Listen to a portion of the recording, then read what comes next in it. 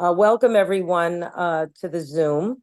My name is Rabbanit Adena Berkowitz. I'm based in New York, and tonight we're going to be looking at Parshat Shemot. And a little bit the topic that I had is, in essence, what does this Parsha teach us about? Why can't I hear anything? I would say unconstraining ourselves. It's months away till Pesach, but we're already kind of getting into the Pesach mode. But the question is, meaning does this have currently for the situation that Medinat Yisrael's in and Am Yisrael is in? So it's great to be here with you. I'm a scholar in residence at Kol Neshama, New York City. I'm a practicing therapist. And as many of my students know, they call me all Pesach all the time because I edited a Passover Haggadah. So once we get to these Parshiot, I'm always excited. But Parshat Shemot, of course, what does the word Shemot mean? Ve'ela Shemot B'nai Yisrael, right? These are the names of the children of Israel. And what's interesting about that is it's once again a repetition because we learned all the names of Bnei Israel when in the prior parsha, because when Yaakov is giving the blessings to his son in Vayechi, we learn and we hear all the names.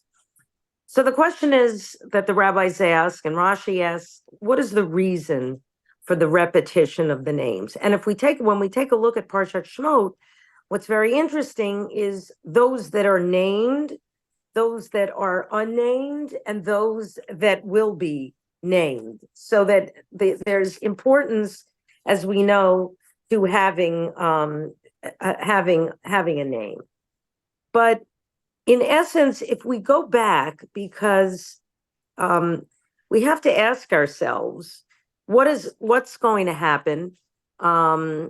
What's going to happen in Parshat Shemot? In just a few of the psukim, right at the beginning of the parsha, we're going to see that the Jewish people end up enslaved. And the question for us is, wait a second, how did that happen? Because when we take a look at Breshit, right, beginning from the whole beginning of the Joseph saga through the end of Vayechi, what is it that we see? We see that the Jewish people have done very well in Egypt.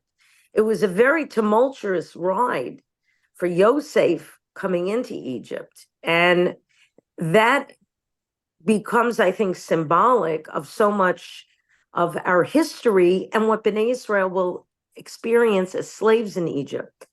But if we go back, we see that Yosef was, the golden child, right? The favorite son of his father, which gets him in trouble with his brothers. He gets thrown in that pit. And what we see is a constant theme, certainly with Yosef, of getting put in a pit. Like the depths, there used to be a slogan for ABC Sports, the thrill of victory and the agony of defeat. I remember that as a child. And that's lahavdil, that's kind of Yosef's life. It's just he's at the pinnacle all the time. And then what happens? He ends up really constrained. Because the word Mitzrayim that we'll discuss in a few minutes, when we say min hametzar karatika, from out of the depths, I'm in the narrow straits. Certainly for Yosef, that's what happens to him very quickly. He goes from the thrill of victory, he gets thrown in the pit, he gets pulled out of the pit, he gets taken to Egypt, he does very well as this assistant, right, to Potiphar, and then what happens to him? Potiphar's wife accuses him of trying to rape her, and where does he end up? He ends up back in that pit, and he'll then be pulled out of the pit, and then we know, what is he going to do to his brothers? He's going to create a whole scenario where they're going to experience some of that pit-like experience, right? And it becomes then really a metaphor for what we'll see, I think, in Shemot, of the experience of the Jewish people throughout history, which is that it's this, it can be a very extreme sense of belonging that Yaakov, we read twice, it says Vayeshev, like he's settled. He's like settled in Egypt. And we see that it says that the Jewish people multiply, the Jewish people do very well. Yosef saves Egypt, right? What did Yosef do? Right? Yosef was the one that said, look, during the full years, you better plan for the lean years because otherwise we won't have food. There'll be a massive famine. And he's the one that saves Egypt. And the Jews seem to be doing very well. And yet, when we get to Shemot, the question becomes, what is the reason that first, right off the bat, that we see this repetition and of the names? And there's two answers that's given. One answer that's given is that, we just want to repeat, it's a good idea to always remember like where you come from. But the other reason is that because it's a reminder that our ancestors achieved so much, gave so much, not just Yosef, but the rest, who are always the most loyal citizens of any country, right? The Jews we were told for people, who were living in Germany, the Jews were more German than the Germans. And, what did German Jews who served in World War I, who had the Iron Cross, think? Well, I was ready to give my life for the fatherland, right? I fought, I got this Iron Cross. I'm not going to be touched by this. I'm a loyal citizen, right? And we know how that ended.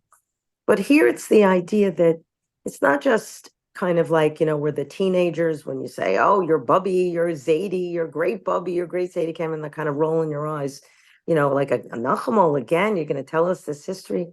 The answer is yes. You have to know where you come from, but you have to know, it's not just to know the names, it's to know a legacy. It's to know what they represented and what Yosef represented. And it tells us Yosef dies, his brothers die, and that entire generation. And in verse 7, in Pasuk Zion, right at the beginning of Parshat Shavua, it says, the children of Israel were fruitful, teemed, increased, and became strong, very much so, and the land became filled with them. And then we have that iconic line, right? A new king arose over Egypt. Vayakam melech chadash al Mitzrayim, asher lo yadad Yosef. A new king came across Egypt that didn't know Joseph. Now, what does that mean? Is that possible? In other words, it's like saying FDR became president and he didn't know about Herbert Hoover, right? Donald Trump became president. He didn't know in the United States that Barack Obama had been president. It's of course not. But it's what I call conscious forgetting. Because for us as Jews, if you've ever read the essay by the late Professor Yosef Yerushalmi, who taught for many years at Columbia, it's called Zachor. It's about that for Jews, remembering things, it's not just like, remembering a recipe. It has cosmic significance. It becomes part of our DNA. It becomes part of our epigenetics. And we've seen through epigenetics, what is it proven? It's proven that these memories, this trauma, it's with us, even if we didn't go through it, so it's like the ultimate, like you think you're born with guilt. This is worse, right? It's much worse than being born with like Jewish guilt. Like you've got that trauma there, you got to process it. It's being proven psychologically. But here, what is this? The trauma is so bad. It's that we consciously want to forget what you contributed. I always think about when the Khmer Rouge, I remember learning this, took over in Cambodia. What was the first thing they did? It's really fascinating. They said, we're declaring like a new year, right? So we have so the years, BCE, CE, right? They said, it's not 1975, it's the year zero.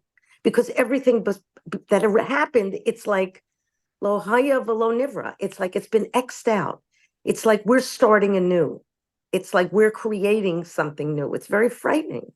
And that's what we see here. So it's that a new king arose, that we want to wipe out the memory of Yosef. We want to wipe out him. By wiping out the memory of Yosef, what does that really mean? of course, it means we want to wipe out the contributions that the Jews made to Egypt. Now, I have a question to ask you. How do you wipe out the contributions that Jews made to a country, like overnight? And Paro was very successful. We've seen it in the modern era. People always say, "Oh, you're an anti-Semite. You want to boycott what Jews did." Okay, we'll take away things that we've done, like the polio vaccine, the Big Bang Theory. We could come up with all the inventions, all the things that have made technology developed in Israel, etc. You'll see how you can't manage without us. But the truth is that the Paro had to turn the people. He had to convince the people. Egyptians were living next to Jews. They had beautiful relations. How do you convince people overnight? They're a fifth column. They're no good. By the very language that we see again and again, we'll see it. We saw it previously. It says the Jews were so numerous, right? But here, it becomes to our negative. He says they're more numerous and stronger than us. We better outsmart them. Why? What's going to happen? They're going to want to rebel against us. They're going to want to take over, right? Jews are going to replace us. Does this sound familiar, right? All the roots of what we see today have its roots going back thousands of years. But in essence, Paro had to use like the TikTok of his generation to turn the population against Jews that were more Egyptian than the Egyptians. Let's face it, right? And he says, you see, they're not loyal. They're going to turn on us. And of course, what does he come up with? Because he says we better kill the male babies, because what happens to male babies? Male babies grow up into male adults, and male adults serve in armies, and they're going to take over. Now, historically, historians, archaeologists, they try to identify what was going on here, right? So that at that time in Egypt, it seems that the Hyksos that were pro-Jewish were like driven out, and that this new pharaoh came in.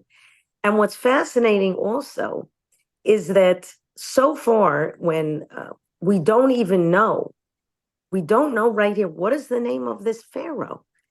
We learn that he built storage cities were built by when the Jews were enslaved, right? Pithom and Ramses. I remember as a kid that there was a hearing that there was an international incident that affected the Camp David Accords that President Carter had made together with Anwar Sadat and Menachem Begin of blessed memory, right? So at one point, Menachem Begin they're having further negotiations, like ladder negotiations. And where do the negotiations take place, right? It takes place in the foot of the pyramids. And Menachem Begin, what does he say to Anwar Sadat? He said, wow, it's such an overwhelming experience to be in the shadow of the pyramids that my people built as slaves. Well, do you know what happened? The whole Accords nearly fell apart. Sadat went crazy. What do you mean? What do you mean the Jews built the pyramids? What do you mean the Jews were enslaved? Like, don't rub it in. So they had to figure out how to sort of, gloss over that. But we know from our Masorah, the Egyptians enslaved the children of Israel with terrible harshness and had to turn the population. It's so frightening, because when we take a look at what's going on in our current world, right? You say to yourself, okay, look, let's face it. We always knew that there's anti-Semitism. We always knew, in America, they take polls. It's like a 10 to 15% group of people who don't like Jews. But this war breaks out, and all of a sudden, oh my gosh, it's not the riffraff. It's the smartest people that are coming against us. It's the head of the law review at Harvard that's trying to beat up on Jewish students. And we saw with the university presidents. I mean, you wouldn't think it would be controversial to say you're against genocide for Jews, that's not a term that you should be allowed to say. But again, somehow the people in Egypt, like overnight, they were able to be convinced that the Jews represented some type of fifth column, and they have to be enslaved. And what we see in the Torah is as the Jewish people are in such dire straits. They're in such narrow straits. That's what Mitzrayim is about. Who are the heroes that emerge? And that, I think, is like one of the important lessons that we learn, that it could sort of get lost because there's so much going on in the Parsha. And that is that the king of Egypt, he turns to the midwives, right? He turns to Shifra and Puah, and he says, what do you, as soon as like you're helping the Jewish women deliver, kill the babies. And what do they say? No, before we come, they've given birth. Like they just sort of pop out.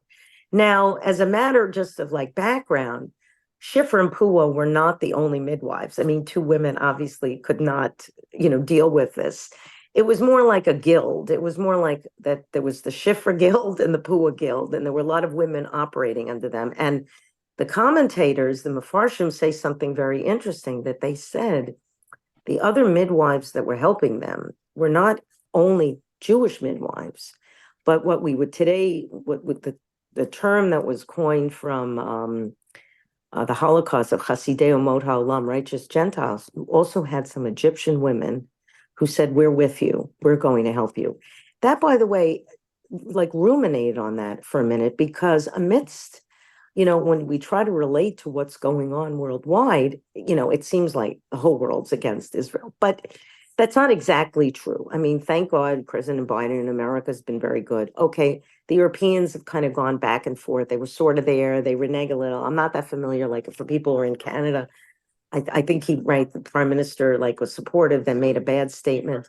But the bottom line is, yes, we've lost. The TikTok is a big problem. We know that, but it's mostly from ignorance. It's also, unfortunately, the algorithms, that the pro-Israel stuff gets pushed to the side while the pro-Hamas stuff gets sort of promoted, and it's whitewashed and a lot of untruths. But there are people who support Israel who aren't Jewish. There are. I've actually met them. I've met some of them, but it's a problem. But one way to kind of pull ourselves out of it is that there are righteous Gentiles. There are people who are fighting for us. And we've seen like these victories, small victories. I can tell you in New York, like one of the most incredible voices in support of Israel is Congressman Richie Torres, who is Dominican, and he said he had no connection with Israel whatsoever. It just so happened that when he was on the New York City Council, the Jewish Community Relations Council took him on a trip to Israel that changed his life. And he's part of like the progressive squad. He's a very progressive Democrat. He himself is gay. He's a person of color. It's really something else. And he's so there for Israel.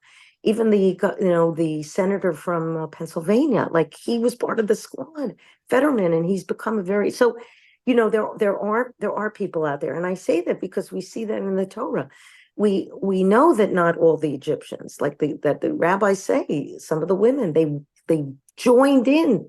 They spoke up, unlike the massive silence of so many of the women's organizations today.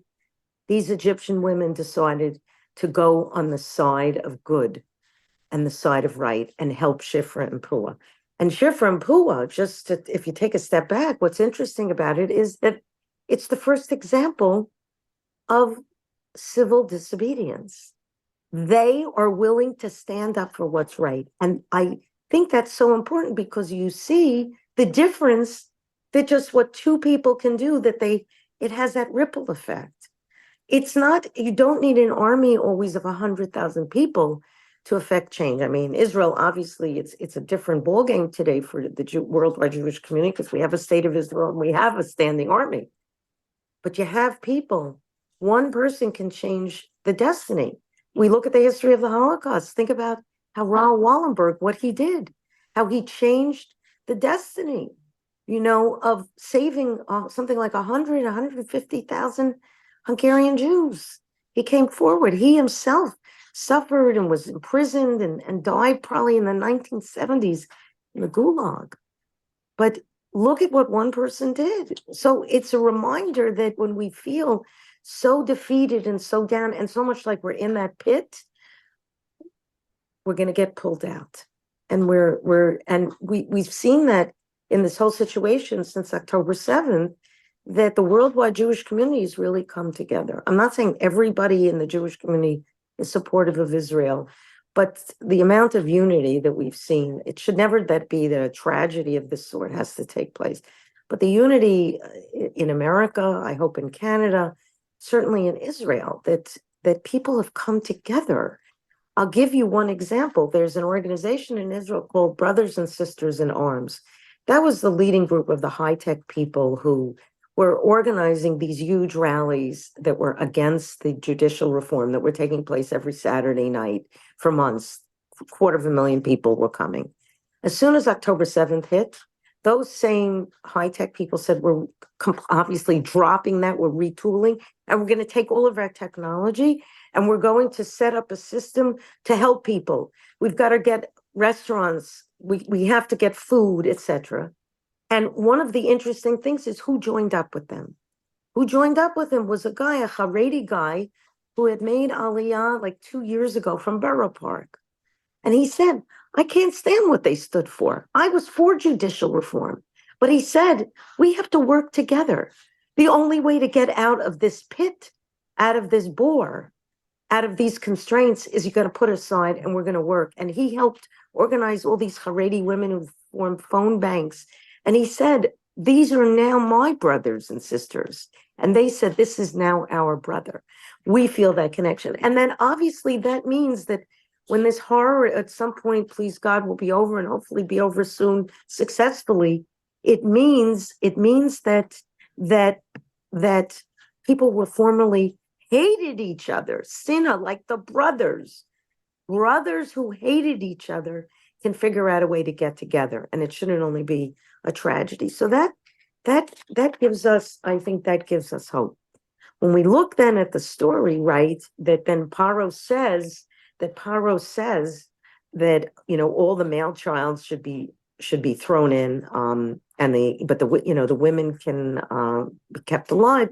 We come then to the iconic story of Moshe, right? How is Moses, the Midrash tells us that Amram and Yocheved, his parents, who were not named here, they had, Miriam was already born and Aaron was already born, and it was Miriam who saw that her parents got divorced because they said, what's the point of remaining married? We can't have any more children.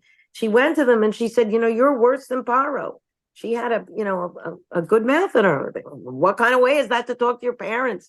But she said, you're worse than Paro. He decreed against the male children by getting divorced, and that you have a 50% chance that you could have a girl, a girl. So, and you look at the terrible impact you've had on everyone else. Get married. So they remarry, and of course Moshe was born. Okay, it was not a girl. It was a male. So they are able to keep him, and we know what happens. By the time he's 3 months old, they can't keep him anymore.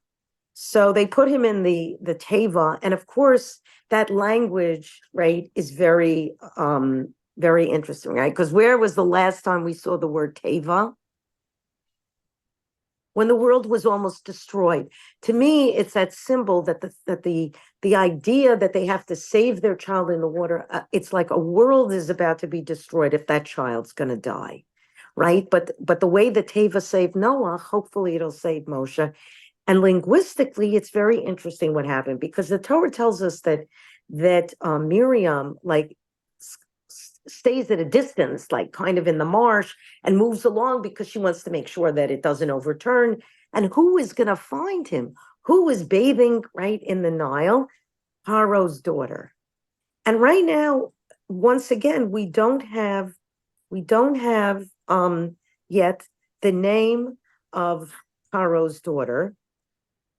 And I think it's also because of this idea that in essence, it's not just limited to Paro's daughter. It means that every one of us could have had the capability of saving someone. It's not just because she is the least likely candidate to save a Hebrew child. Am I right? Her father's Paro is decreed. Talk about getting cut out of the inheritance. And by the way, a number of years ago, I think about 15 years ago in New York at the Metropolitan Museum of Art, they had a exhibit of like hieroglyphics that had been like on loan from Egypt. And I cannot pronounce the name of the female pharaoh. Anand, someone, Ruth Shane is verbalizing it, right? But Asa, nothing, but I can't pronounce it. I'm sorry. Well, what's very interesting is that her legacy was literally, her name was crossed out. It was crossed out. And there's a theory, who was she? That after Paro dies, right, in the Red Sea, the Sea of Reeds, who takes over? Remember, his firstborn son is killed. Who is the one to take over? Her. She's like the first female, but they don't like her. Why not? It's Bitya. What was Bitya known for? Saving the Jews. So they literally X her out. Somehow they were able to figure it out through, carbon dating, whatever, the high-tech lasers, whatever they use. They were able to make out the name, but they literally scratched her name out. So it wasn't only Yosef. It was her. It's very interesting. But here, she takes pity on him. And what does it say? She opens it and she says, she sees him, and it says in the Hebrew, who is the him? It says, but avatiraehu et hayeled, right? So she sees Moshe, the Yeled, and then it says, v'hinei na'ar bocher. So she sees, opens it up, and she sees the boy, and behold, the youth was crying. What? That doesn't, so why is Moshe being called a Yeled and being called a Na'ar? So there's a very interesting theory about this, is that what really was going on is that it wasn't only Miriam that was standing on the banks of the Nile watching what was going on. It was also Aharon. It was also Moshe's big brother. And when Aharon sees what's going on, v'hana'ar bocheh, Aharon is crying. Aharon has tears of empathy. And that's another way that when we're in difficult situations, it's important for people around to be empathetic. That's what you want to feel. You want to feel that it's not sympathy. It's not like I feel for you, but empathy is more like I'm willing to go into the pit with you to help you get you out, to feel your pain. So we see who the sister and who the brother of Moshe were. They're incredible role models. They're proactive, but they also have that empathy. They feel Moshe's pain. And the Torah tells us something very interesting, right? She says, this is one of the Hebrew boys, right? And what does the Torah tell us? It tells us the maidens, like her ladies in waiting are with her. What does this mean? It means that everybody is in on it. It's not just Bitya. It's the women around her who have to also swear to secrecy that they're not going to rat out her, and they're not going to run to Paro and say, your daughter's harboring a Hebrew baby. It's really quite something. I thought of like the example, it was Prince Philip's mother, who was married to royalty in Greece. I don't know if you know this story. And she was safe in Greece. Like the Germans didn't touch her, even though she was British.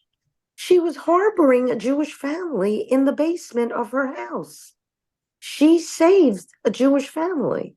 Can you imagine? That's why she was later honored as one of the righteous Gentiles. She happens to be buried in Jerusalem. She became like a nun after her husband was like some kind of royalty in Greece died. And at some point, when Prince Charles went to Israel, he went to visit his grandmother's grave in Israel. But that's what I'm saying. This is unbelievable. It wasn't only Bitya; it was the women around her. And of course, we know that the daughter of Paro says, "Okay, get one of the Hebrew women," and that's how Yocheved ends up being able to nurse her own child. The other thing that we learn here, which is also, I think, so important, and that's something that it's also what's animating so much of, I think, the pain, in particular for Jews who are very progressive and been involved in every progressive movement, whether it's involving LGBT, whether it's involving Black Lives Matter, whether it's climate change. You can, or any of the, women's organizations. You could go down the list, because here, what do we see? We see that Bitya names Moshe what? She gives him the Egyptian name Monios, okay, which means that he was drawn from the water. And there's this very interesting idea that when we see at the Passover Seder, where we talk about Biyad Chazakah B'Zroa Nituyah, that God like saved the Jewish people, what Maimonides doesn't like of these anthropomorphisms, like with an outstretched arm. It tells us, though, that when Bitya sees him in the water, she literally, it says, she extends her arm, like her arm is like this unusual extension. And one of the medieval rabbis said that at the Seder, when we have the steps of the Seder, right, we have Kadesh Orchatz, right before we dip the parsley, potato, and the salt water, right, we ritually wash our hands, but we don't make the bracha. Goes back to when you had like fruits or vegetables touching water during the time of the Beit HaMikdash, and impurity, should you make the bracha, don't make a bracha. So at the Seder, we don't make the bracha, but when do we make the bracha? We make the bracha later when we have rachatza, right? Now rachatza, why we have kadesh orchas, karpas yachas, right? Magid, rachatza. Why don't we call it orchats again, right? So the rabbis identified that washing is to remind us of whom?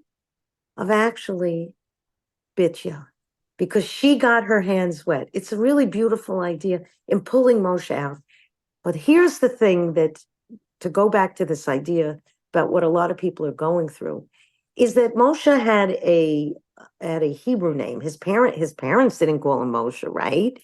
Right? So he must have had a bris milah. He gets a Hebrew name, but what is he known as? He's known as Moshe. Now, very often, sometimes, you'll meet Baalei Tshuva, and like their name is like Stanley. Their name is, Mark. They become a Baal Tshuva. You haven't seen them in years. It goes, Stanley, Mark, how are you? Excuse me. My name is Shlomo, right? My name is Menashe. Okay, when I knew you back in high school, you were Stanley, you were Mark. I understand it. You sort of have identified it, like you have a new identity. But here, Moshe is known by his Egyptian name. Why? Because of that theme of Hakarat Hatov. Hakaras Hatov, because for his whole life, who's he going to have gratitude to? To her, for saving him. And that's what's very painful, that when you see that we help other people, when we extend our hand, when we're always there for other people, but in our moment of strife, what happens? They're not there for us. They don't have that gratitude. They don't have that hakaras hatov. That is the most important thing. Gratitude is something that when you're grateful to someone, that's like the best blessing you can have. In fact, when you take a look at our tefillot, it's very interesting that when we have the repetition of the Amidah, there's only one prayer that when the Amidah is repeated, that everybody has to repeat in a slightly different version. What is that? It's the Modim prayer. It's where we give thanks, because they say, you know what? You can't parcel out thanks. It's not something that you can like give to an agent to do for you, meaning the shliach tzibor, the person leading the prayer. You always have to have gratitude for yourself. And when it comes, even if you said it first, you got to repeat it. Okay, so that we see that here, that eternally he'll have gratitude. And of course, we know when that the Nile itself, the Midrash will teach us that when it comes time of the first plague of Dam, right? It's Aaron that does it, and why does it Moshe do I'm it? listening. I'm Yeah, but concentrating. Because he says Don't that listen. he says that Plenty of beeswaxes. Did you win? Did you get any? None. None. How much someone, did they go for? I don't know Uh, how, I can't seem to put out They're at anybody the on last Zoom. second. But it was someone listed has at to $9. I mute bid themselves, 12. please. I'm They were trying to going figure for out 60, how 70, to do it. 70. I'm Well, like, at least okay. it's not hundreds. That's enough. I don't know. I mean, I'll look, but I Stephen dropped out. Altman, please mute. You should know it's Stephen done. Altman, please mute. Thank you. I can't Not seem to get working, it on. anyway. Yeah, but in any event, that idea, he said, I can't turn on the Nile because I have gratitude. It saved my life. Even these are, these are things that we might just sort of miss, but this is really, it's really something else. And then we see in this parsha also what is among the most difficult experiences that the Jewish people had, which is that when you can't count on each other, when we don't have that sense of unity. We know that the second Beit HaMikdash, the second temple in Jerusalem, was destroyed because of sinas chinam, because of hatred, of baseless enmity and hatred among Jews. Unfortunately, before October 7th, we saw this in Israel. It was just impossible what was going on. And the hatred, the enmity, etc., the sinna, as I said, like the brothers of Yosef. And we'll see this in a minute, but here it tells us that two interesting things about Moshe. It says that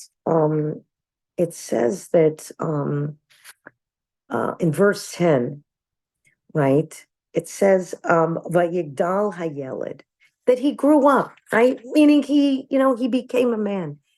And then in verse 11, it says Vayehi Bayamim Hahein Vayigdal Moshe. Okay, so first of all, whenever you see the word Vayehi, it's that, did you ever see, remember as a kid seeing that iconic movie Jaws, right? Da da da da da, right? Just when you thought it was safe to go back in the water, and it's like that music plays in my ear, and it's like a terrible Rorschach test, like, oh my gosh, what's gonna happen? So lahavdil in the Torah, whenever you see the word Vayehi, it's not always good news. We see that, of course, in the Purim Megillah. Vayihi b'mei Achashvei Rosh, right? So it's a indication that there's going to be turmoil coming. But it says Vayihi b'mei Vayigdal Moshe, but we already told he grew up. So they said the next line says Vayetzei el Echav. It happened in those days that he grows up and he goes to his brethren. He never forgot the Pintaliyid. He never forgot who he was. He was maybe like a hidden child. It's like you're hidden, like during the Holocaust.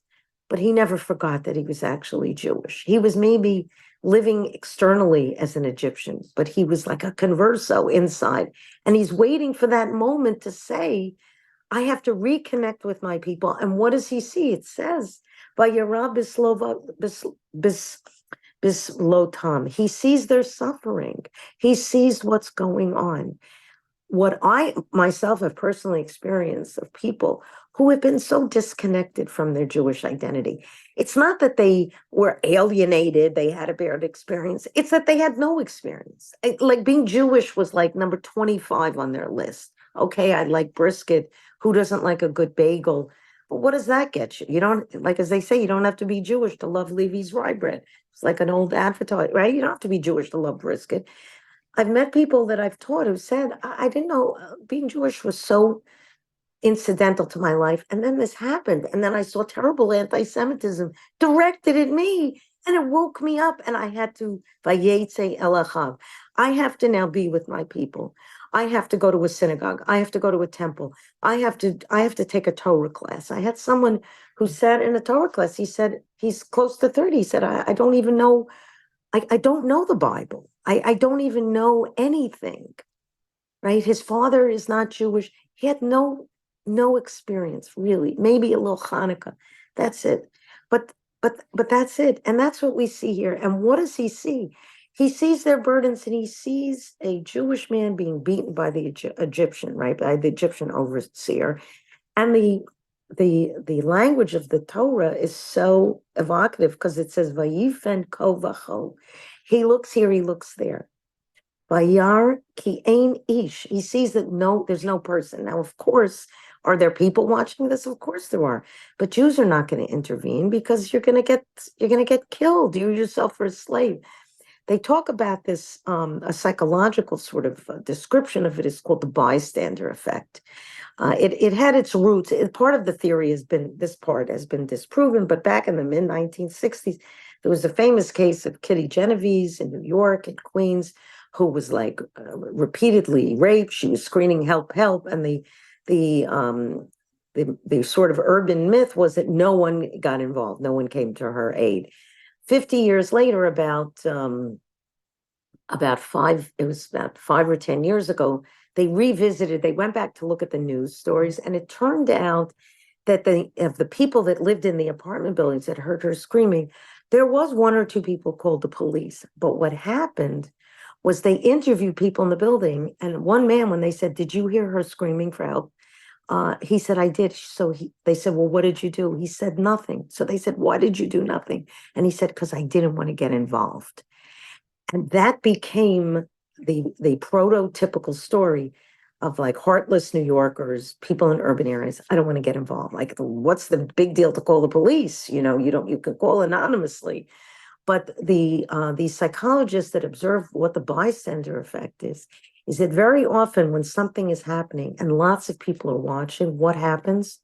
No one gets involved because they're sort of psychologically waiting for the next person. So they say the way that you overcome the bystander effect is that if one person screams out, "Call 911," then 20 people could end up calling 911. Or you point to a person and say, "You call 911, call the police. Anybody here know how to resuscitate someone?" Things like that. But otherwise people just stand around, they don't get involved. Here we see in the Torah, that's the thing. No one's getting involved. They're not going to risk their lives. Moshe gets involved, right? And what does he do? He strikes down the Egyptian, buries him in the sand. The next day, what happens? Jew versus Jew. He sees now 2 Jews fighting. And he says to the one who started it, like, "Why did you start this fight?" And what does that Jewish person say? "Who appointed you ruler over us? What are you going to do? You're going to murder me like you murdered the Egyptian?" What does that tell us? It tells us that everybody knew what happened. And if all the Jews knew what happened, who's going to know very quickly? Paro and the whole establishment in Egypt. And that's how Moshe has to run. But that part of the story is, I think, it's a bitter pill to swallow, because it's a reminder that there's nothing worse than when we turn on each other. And that when we have that internal fighting of Jew versus Jew, it's going to be even worse than Jews versus the rest of the world. And we saw that what was going on in Israel. It was so painful to see Jews turning on Jews. And yet through this tragedy, so much is upended. I'll tell you an interesting story I read. It was posted last week. A guy who very, very secular, ran out of gas on a Friday afternoon. And he's like holding up a sign, "Can someone stop and help me?" No one stops to help him. It's in Israel. And all of a sudden, a Haredi, fervently Orthodox, black-hatted guy stops and says, "What's the matter?" He says, "I don't have gas. I'm trying to get help." So the Haredi man says, "Look, there's a gas station about 5 miles from here. Wait, don't leave. I'll go get a can of petrol, and I'll come back." And that's what he does. He comes back and he fills up the car. The Chiloni guy, the secular guy, says, "I've been standing here for over an hour. No one came to help me. You came to help me." He said, "But I'm very embarrassed about something." So he says, "Well, what are you embarrassed about?" He says, "I want to show you something that I have as a bumper sticker on the back of my car." So he takes the Haredi guy, and the bumper sticker is like a very kind of crude slogan that basically means like, "Down with all the religious people. They're horrible. I hate them," something like that. So he says, "I'm peeling it off right now." And he says, "What do I owe you for the gas?" So the Haredi guy says, "You don't owe me anything for the gas." He says, No, I want to reimburse." He says, "No, it's Erev Shabbos. This is my mitzvah." So he says, "Well, how can I repay you?" So he says, "You know what? Would you like to learn a little something about Judaism?" So the guy says, "Fine, I'm open to that." So they become like Zoom friends. And then this happened the end of last August.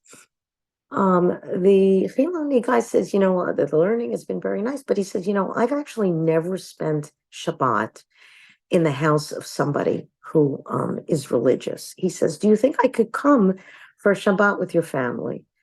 So this guy lives, I think lived in Bnei Brak. So he says, okay, let me figure it out. Let me talk to my wife. We'll figure it out.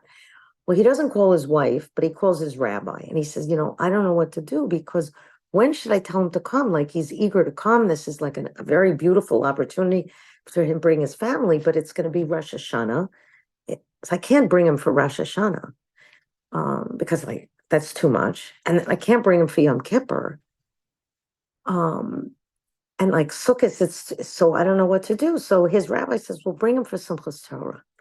He goes, no, but I can't bring him for Simchas Torah because our entire family goes to visit my father who's older.